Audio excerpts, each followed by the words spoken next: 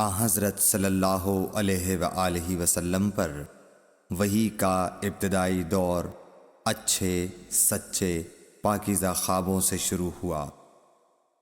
آپ خواب میں جو کچھ دیکھتے وہ صبح کی روشنی کی طرح صحیح اور سچا ثابت ہوتا۔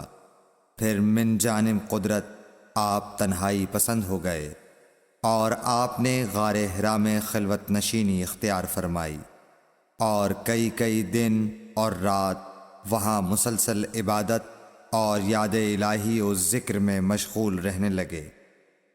جب تک گھر آنے کو دل نہ چاہتا توشہ ہمراہ لیے ہوئے وہاں رہتے۔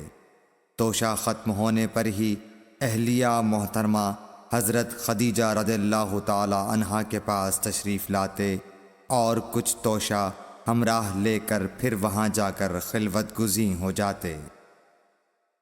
یہی طریقہ جاری رہا یہاں تک کہ آپ پر حق منکشف ہو گیا اور آپ غار حرا ہی میں قیام پذیر تھے کہ اچانک حضرت جبرائیل علیہ السلام آپ کے پاس حاضر ہوئے اور کہنے لگے کہ اے محمد پڑھو۔ آپ فرماتے ہیں کہ میں نے کہا کہ میں پڑھنا نہیں جانتا۔ آپ صلی اللہ علیہ وسلم فرماتے ہیں کہ فرشتے نے مجھے پکڑ کر اتنے زور سے بھینچا کہ میری طاقت جواب دے گئی۔ پھر مجھے چھوڑ کر کہا پڑھو۔ میں نے پھر وہی جواب دیا کہ میں پڑھا ہوا نہیں ہوں۔ اس فرشتے نے مجھ کو نہایت ہی زور سے بھینچا کہ مجھ کو سخت تکلیف محسوس ہوئی۔ پھر اس نے کہا کہ پڑھ۔ میں نے کہا میں پڑھا ہوا نہیں ہوں۔ فرشتے نے تیسری بار مجھ کو پکڑا اور تیسری مرتبہ پھر مجھ کو بھینچا۔ پھر مجھے چھوڑ دیا اور کہنے لگا کہ پڑھو اپنے رب کے نام کی مدد سے جس نے پیدا کیا اور انسان کو خون کی پھٹکی سے بنایا۔ پڑھو اور آپ کا رب بہت ہی مہربانیاں کرنے والا ہے۔ بس یہی آیتیں آپ حضرت جبرائیل علیہ السلام سے سن کر اس حال میں غار حرا سے واپس ہوئے کہ آپ کا دل اس انوکھے واقعے سے کانپ رہا تھا۔ آپ حضرت خدیجہ کے ہاں تشریف لائے اور فرمایا کہ مجھے کمبل اوڑھا دو، مجھے کمبل اوڑھا دو۔ لوگوں نے آپ کو کمبل اوڑھا دیا۔ جب آپ کا ڈر جاتا رہا تو آپ نے اپنی زوجہ محترمہ حضرت خدیجہ رضی اللہ تعالی عنہا کو تفصیل کے ساتھ یہ واقعہ سنایا اور فرمانے لگے کہ مجھ کو اب اپنی جان کا خوف ہو گیا ہے۔ آپ کی اہلیہ محترمہ حضرت خدیجہ رضی اللہ تعالی عنہا نے آپ کی ڈھارس بندھائی اور کہا کہ آپ کا خیال صحیح نہیں ہے۔ اللہ کی قسم آپ کو اللہ کبھی رسوا نہیں کرے گا۔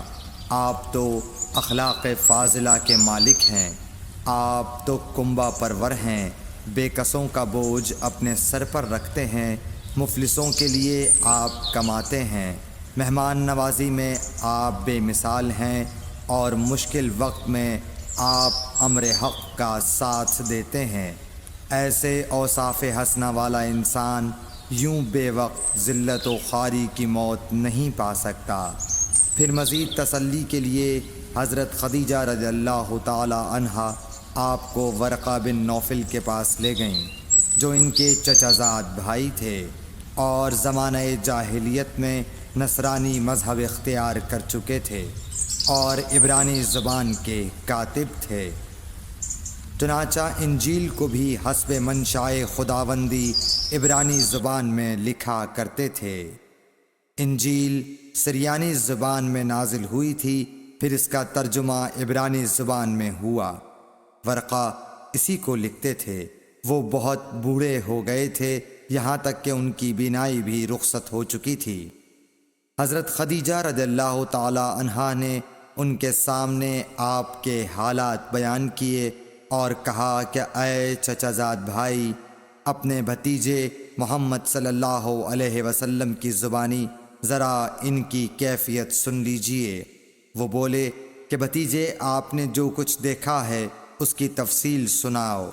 چنانچہ آپ صلی اللہ علیہ وآلہ وسلم نے از اول تا آخر پورا واقعہ سنایا، جسے سن کر ورقہ بے اختیار ہو کر بول اٹھے کہ یہ تو وہی ناموس معزز رازدان فرشتہ ہے جسے اللہ نے حضرت موسیٰ علیہ السلام پر وحی دے کر بھیجا تھا۔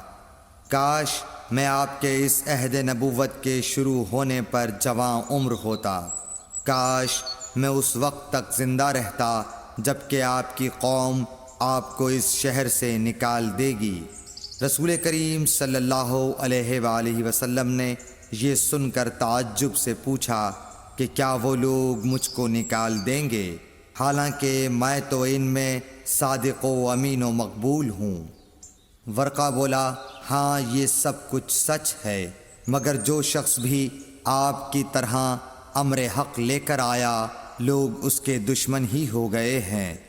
اگر مجھے آپ کی نبوت کا وہ زمانہ مل جائے تو میں آپ کی پوری مدد کروں گا، مگر ورقہ کچھ دنوں کے بعد انتقال کر گئے، پھر کچھ عرصے تک وحی کی آمد موقوف رہی۔ صحیح بخاری حدیث نمبر 3۔ حضور اکرم صلی اللہ علیہ وآلہ وسلم نے وحی کے رک جانے کے زمانے کے حالات بیان فرماتے ہوئے کہا کہ ایک روز میں چلا جا رہا تھا کہ اچانک میں نے آسمان کی طرف ایک آواز سنی، اور میں نے اپنا سر آسمان کی طرف اٹھایا، کیا دیکھتا ہوں کہ وہی فرشتہ جو میرے پاس غار حرا میں آیا تھا وہ آسمان و زمین کے بیچ میں ایک کرسی پر بیٹھا ہوا ہے۔